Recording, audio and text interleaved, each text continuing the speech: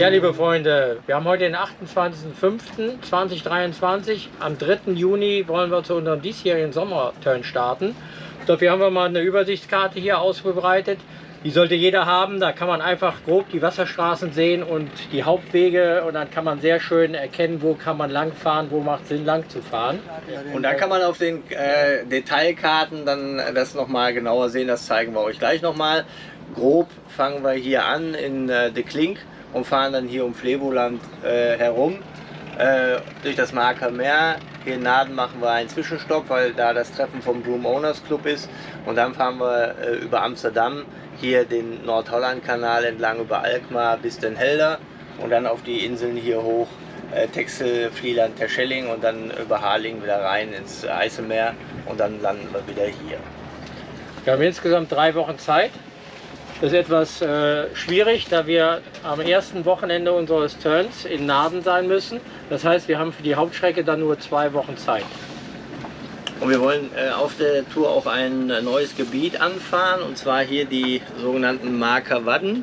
Da ist Land künstlich geschaffen worden, Vogelschutzgebiet, und da ist auch ein Hafen eingebaut worden und den wollen wir uns dann mal ansehen.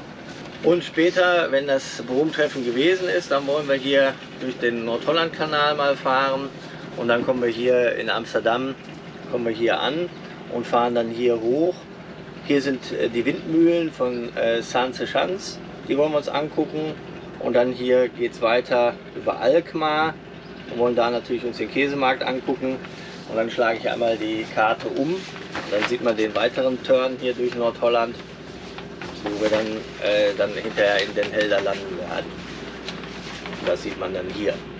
Hier geht es dann weiter von Alkmaar und hier die ganze Strecke hoch bis Den Helder. Viele berichten zwar, dass der Nordholland-Kanal nicht sehr schön sein soll und langweilig, aber von Alkmaar bis Den Helder sind es auch nur 3 Stunden.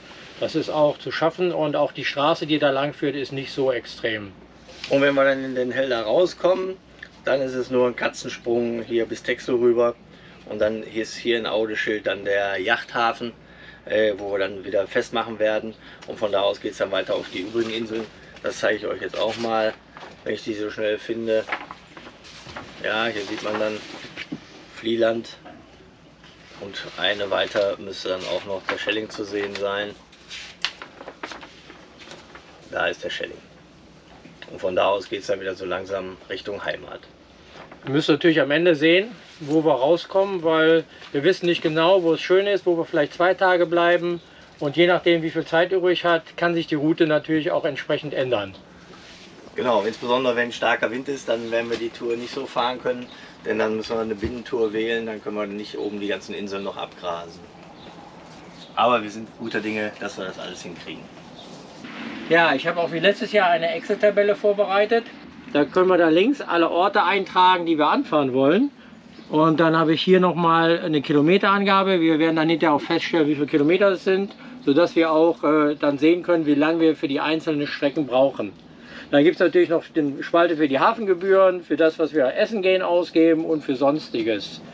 Je nachdem, wo wir bleiben, wie wir vorwärts kommen, ändern sich natürlich die Zielorte. Das geht nur zur groben Orientierung, aber da hat man natürlich immer ganz schnell den Überblick, ob man es noch schafft in der Zeit, die uns verbleibt. Und dann kann man sehen, wenn man an einem Ort einen Tag länger bleibt, dann muss man natürlich irgendwas dann auslassen.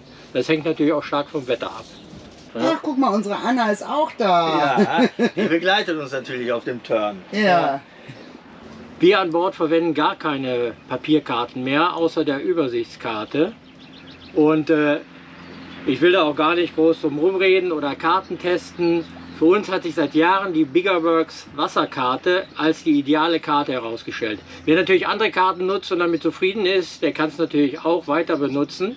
Aber wer noch keine Karte hat, sollte sich dafür entscheiden. Da gibt es alle wichtigen Informationen wie Brückenhöhen, Schleusen, Zeiten und Wassertiefen. Alle Informationen, die man braucht, gibt es auf dieser Karte einfach zu sehen. Eine weitere Karte gibt es dann noch von Navionics. Die zeigt der Jürgen euch jetzt auch noch. Das ist auch ein Anbieter von elektronischen Seekarten, und danach kann man auch sehr gut fahren. Du meinst ja sogar, dass die sogar ein bisschen besser sogar noch wäre, ne? Sagen wir mal so, Es ist, die Karte ist seemännischer, wenn man so will. Also die entspricht eher den Karten, die auch in den Berufsschiffen verwendet werden.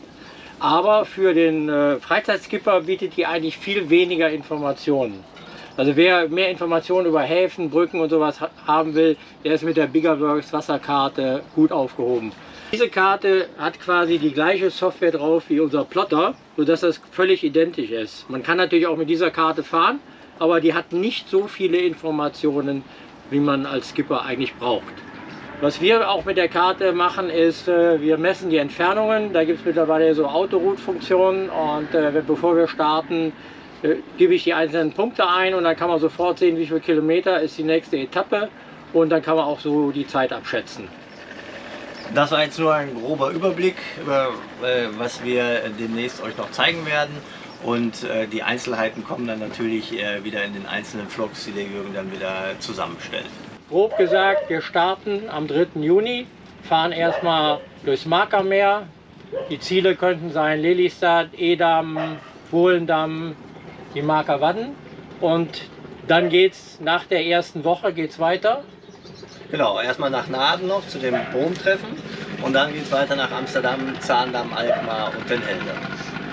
Und ab da werden wir sehen, wie die Zeit reicht, welche Insel wir anfahren, welches Wetter wir haben. Und dann werden wir dementsprechend die Einzelteile, einzelnen Routen noch zeigen und dann könnt ihr schon sehr gespannt sein auf die einzelnen Vlogs. Wenn ihr dieses Video seht, sind wir wahrscheinlich schon unterwegs und freut euch auf das, was kommt. Vielleicht sehen wir uns ja. Tschüss. Ciao, ciao. Ja, ciao.